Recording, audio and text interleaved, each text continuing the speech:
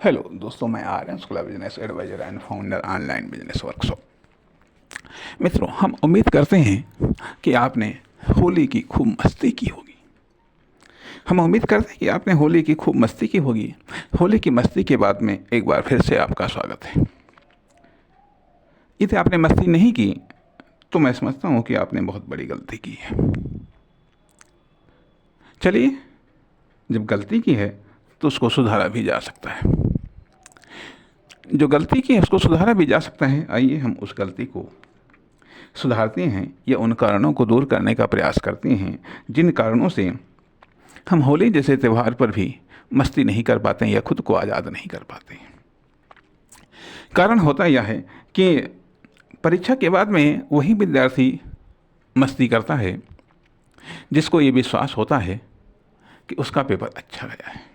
ठीक है, अर्थात उसका पेपर अच्छा गया है इसलिए वो मस्ती करता है क्योंकि उसे रिजल्ट का कोई टेंशन नहीं होता है। उसे रिजल्ट का कोई टेंशन नहीं होता है। इसलिए इसलिए एक कायदे में हर एक एक्शन के बाद में मस्ती करने का अधिकार हमारा होना चाहिए। हर एक एक्शन के बाद में मस्ती करने का अधिकार हमारा होना चाहिए। और ये अधिकार तब बनता है जब हम कोई भी एक्शन लेने के पहले हम भरपूर तैयारी करते हैं। जब हम भरपूर तैयारी करने के बाद में कोई एक्शन हम लेते हैं तो उसके बाद में फिर हम टेंशन फ्री हो जाते हैं क्योंकि मालूम है रिजल्ट बेहतर आएगा। और यदि यदि रिजल्ट फिर भी खराब आता है तो हमारी गलती नहीं है, वो किसी और की गलती होगी। ठीक है, क्योंकि हमने भरपूर तैयारी करके हमने बढ़िया एक्शन लिया, बढ़िया हमने इन्वेस्टमेंट किया, तो रिजल्ट का हमको टेंशन काहे का।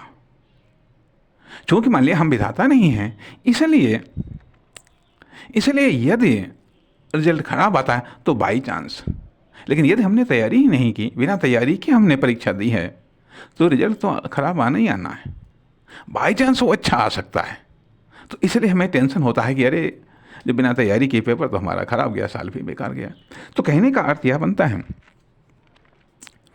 बनता है कि मान लिया कि यदि हम होली टू होली हम एक्शन का सत्र माने, यदि हम होली टू होली एक्शन का सत्र माने, तो यदि हमने भरपूर तैयारी के साथ में हमने होली के पहले यदि हमने एक्शन ले लिया है तो होली के बाद में मस्ती करने का हमारा हक बनता है, हक बनता है। लेकिन चलिए, यदि ऐसा नहीं हुआ तो हम फिर से एक नए सत्र की शुरुआत करते हैं, हम फिर से एक नए सेशन की शुरुआत करते हैं, हम फिर से नई एक स्टार्टिंग करते हैं। और एक ऐसी स्टार्टिंग करते हैं कि ताकि अगली बार जब होली आए तो हम उसे पूरी मस्ती के साथ में, पूरे एंजॉय के साथ में हम मना सकें। इसलिए मना सकें क्योंकि आखिरकार डिस्चार्ज तो हम साल भर होंगे, फिर हम रिचार्ज कब होंगे। और यदि हम रिचार्ज नहीं होंगे तो हम डिस्चार्ज क्या होंगे। यदि हम रिचार्ज नहीं होंगे तो हम डिस्चार्ज क्या होंगे। क्योंकि मान लिया कि जब हम एज ए बिजनेस एडवाइज़र की बात की, एज ए बिजनेस एडवाइज़र की हैसियत से जब हम बात करते हैं तो दो ही चीज़ें इंपॉर्टेंट हैं, या तो लेबर इंपॉर्टेंट है या मनी इंपॉर्टेंट है। लेबर यदि रिचार्ज न हुआ तो वह बेकार हो जाता है। यदि लेबर एनर्जी के मामले में जो उत्साह, आशा, उम्मीद, ड्रीम्स, इन सब मामले में यदि वो रिचार्ज न हुआ, वर्कर रिचार्ज न हुआ, तो वह बेकार जाता है। और मनी पैसा रखे रखे बेकार जाता है, रखे रखे उसकी वैल्यू कम होती चली जाती है। इसलिए उसका इन्वेस्टमेंट आवश्यक है। और देखा ही जाए, आदमी का, वर्कर का प्लेसमेंट आवश्यक है। मनी का इन्वेस्टमेंट और एम्प्लॉय का या वर्कर का प्लेसमेंट आवश्यक है। इन्वेस्टमेंट और प्लेसमेंट, और ये दोनों चीज़ें अपडेट होनी चाहिए। अब आप सवाल इस बात का उठता है कि अब इसके बाद में बीती ताही विसार दे आगे की सुध ले, आगे की सुध ले। अब अर्थात देखा ही जाए कि इन दोनों चीज़ों को बेहतर करने की दिशा में प्रयास होता है। या तो हम अपना प्लेसमेंट बेहतर बनाएं या हम अपना इन्वेस्टमेंट बेहतर बनाएं। और प्लेसमेंट बेहतर बनाने के लिए ज़रूरी है कि कुछ हमें अनवैल्यूएबल चीज़ों को पीछे छोड़ना पड़ेगा, उन्हें डिलीट करना पड़ेगा, और कुछ वैल्यूएबल चीज़ों को इंस्टॉल करना पड़ेगा। तथा बेहतर इन्वेस्टमेंट के लिए बेहतर ऑप्शंस को हमें तलाश करने पड़ेंगे, चाहे वह मार्केट में हो या सोसाइटी में हो। तो इसलिए अब सवाल इस बात का उठता है कि जब हम मस्ती कर चुके हैं, नहीं किया तो ये भी गलती हो सकती है। ध्यान दीजिएगा, मैं फिर इंपॉर्टेंट बात कहने जा रहा हूँ कि मेहनत करना ही इंपॉर्टेंट नहीं है। मेहनत करने से ज़्यादा इंपॉर्टेंट है मस्ती करना।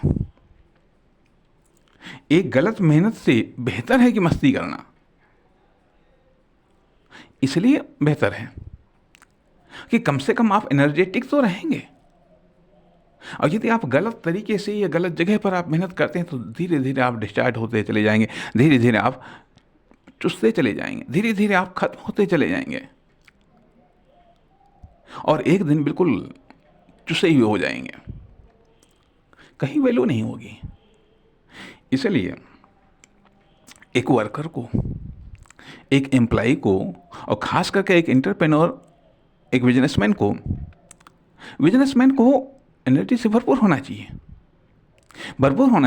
और जब एक एनर्जी से भरपूर होगा तभी तो आप चैलेंज को स्वीकार कर पाएंगे। जब आप बिजनेस में कदम रखते हैं या बिजनेस में हैं आप, तो बिजनेस में ग्रोथ के लिए हर समय चैलेंजेस को स्वीकार करना पड़ेगा। अर्थात वर्तमान लेवल से हाई से हाईएस्ट लेवल की चैलेंज को स्वीकार करना पड़ेगा। जब आपको हाईएस्ट या हाई लेवल की चैलेंज को स्वीकार करना है तो उसके लिए एनर्जेटिक होना जरूरी है। और एनर्जेटिक होने के लिए ज़रूरी है कि हाँ, हम कम से कम फेस्टिवल पर तो मस्ती करें, और मस्ती करने के बाद में फिर हम सीरियस हों। जो मस्ती करेगा वही सीरियस होगा, और जो ऑलरेडी पहले से सीरियस है वो ज़्यादा सीरियस हो जाएगा तो क्या होगा, वो बिल्कुल शांत पड़ जाएगा।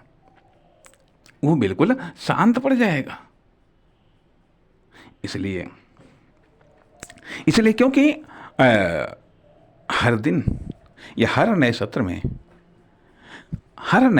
में चाहे व्यक्तिगत रूप से कह लीजिएगा, चाहे फर्म दुकान कंपनी के रूप में कह लीजिएगा, या फिर बिजनेस के क्षेत्र में कह लीजिएगा, या मार्केट में कह लीजिएगा, या इकोनॉमी में कह लीजिएगा, हर फील्ड में नित नई चुनौतियां डेवलप हो रही हैं, या नित नई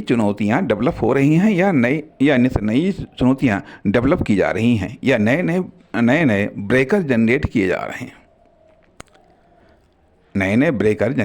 जा रहे हैं। इसलिए उनका सामना करने के लिए एनर्जेटिक होना जरूरी है। अगर हमारा बस चला तो हम प्रयास करेंगे ना पूरे सत्र को, तो कम से कम हम कुछ भागों को, या कुछ महीनों को, या कुछ हफ्तों को हम एनर्जेटिक पार्ट बना सकें। तो अब ये मान लीजिएगा कि फिलहाल हम यही कह सकते हैं कि यहाँ से हम एनर्जेटिक पार्ट की शुरुआत करते हैं। यह है एनर्जेटिक पार्ट 1, जिसमें आपको खुद एनर्जेटिक होना है। कहने का अर्थ यह कि खुद को एनर्जी से भरपूर होना है। और जब तक आप एनर्जी से भरपूर नहीं होंगे, एक एम्प्लॉय के लिए तो एक लिमिटेड एनर्जी की आवश्यकता होती है, क्योंकि एक लिमिटेड वर्क करना होता है, लिमिटेड टाइम तक वर्क करना होता है। लेकिन एक बिजनेसमैन या एक एंटरप्रेन्योर के लिए ये आवश्यक होता है कि वह अनलिमिटेड एनर्जी के साथ में हो, अनलिमिटेड एनर्जी उसमें हो। यदि अनलिमिटेड एनर्जी नहीं है तो कुछ तो कॉमर्शियल चैलेंजेस उसकी एनर्जी को नष्ट कर देंगे, कुछ कॉमर्शियल फेलियर आ जाएंगे, कुछ अप्रत्याशित फेलियर आ जाएंगे, कुछ अन्य प्रकार के लॉस आ जाएंगे, कुछ चैलेंजेस आ जाएंगे, कुछ प्रॉब्लम्स आ जाएंगे। तो अर्थात ये सब चीज़ें उसकी एनर्जी को नष्ट कर सकते हैं, कम कर सकते हैं। इसलिए हम ये मानते हैं और ख़ास करके तब जबकि आपने अभी पिछले सत्र में अपनी एनर्जी का इस्तेमाल किया, भरपूर एनर्जी का इस्तेमाल किया। अर्थात एनर्जी कोई सेविंग वाली वस्तु नहीं है, एनर्जी इस्तेमाल करने वाली चीज़ है। इस्तेमाल करो, फिर से उसे कलेक्ट करो, फिर से रिचार्ज हो, फिर से एनर्जी को इस्तेमाल करो। क्योंकि बिजनेस में या फील्ड में या फिर इकोनॉमी में या फिर इंडस्ट्री में एनर्जी की बेहद खपत होती है, बेहद आवश्यकता होती है, क्योंकि हर काम एनर्जी से चलता है। अब आप देख रहे हैं कि यदि एक्सटर्नल सेक्टर में देखा जाए तो एनर्जी के तमाम सारे स्रोत खोजे गए। अब जैसे कोयला एनर्जी थी, ठीक है, स्टीम एनर्जी, भाप एनर्जी थी, फिर इलेक्ट्रिक एनर्जी आई, सौर ऊर्जा आई, परमाणु ऊर्जा आई, खनिज तेल, पेट्रोलियम पदार्थ, ये सब एनर्जी के स्रोत बने। फिर भी एनर्जी के स्रोत लगता है कम है, क्योंकि डेवलपमेंट के लिए एनर्जी चाहिए। अर्थात न केवल एनर्जी चाहिए, जिसे कहा जाता है कि लाइट होना ही सिर्फ पर्याप्त नहीं है, लाइट में वोल्टेज भी होना आवश्यक है। इसलिए एनर्जी वेरी इंपॉर्टेंट है, एनर्जी बहुत इंपॉर्टेंट है, खास करके तब जब आप की एनर्जी स्ट्रगल में ख़त्म हो चुकी हो, आपका वोल्टेज कम हो चुका हो, तो एनर्जी है, ज़रूरत इस बात की है कि उसका वोल्टेज बढ़ाने की। ज़रूरत इस बात की है कि हम इस पर फोकस करें कि हम अपना वोल्टेज कैसे बढ़ाएं। अगर कुछ करना है खास करके कॉमर्शियल सेक्टर में, तो एनर्जी का हाई होना आवश्यक है। इसलिए हम ये कहते हैं कि होली तो अपने आप में एक एनर्जी बूस्टर फेस्टिवल है। What is the Holi? Holi is a energy booster festival. Energy को बूस्ट करने वाला होली अपने आप में एक फेस्टिवल है। इसलिए हम इस एनर्जी बूस्टर फेस्टिवल होली से हम इस सीरीज को शुरू करने का प्रयास